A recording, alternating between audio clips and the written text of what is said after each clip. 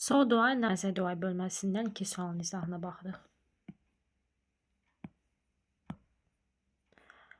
9-cu sualda biz cümləmizi təsdiqdə gördük. Buna görə inkar olan variantları çıxmalıyıq. Çünki cümləmiz təsdiqdədirsə, qısa cavabımız təsdiqdə, inkardadırsa qısa cavabımız da inkarda olacaq.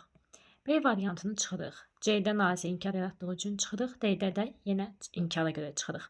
Cümləmiz can feili ilə düzəlib və can feili də sualın inkarını özü ilə düzəltdiyi üçün bizim cavabımız qısa cavab olaraq təsdiqdə so can my sister. You can speak English very well. Sən ingilis dilində çox yaxşı danışırsan, həmçinin mənim bacım da. Cümləmizdə sonunda s olan feil görürük, indiki sadə zamandadır.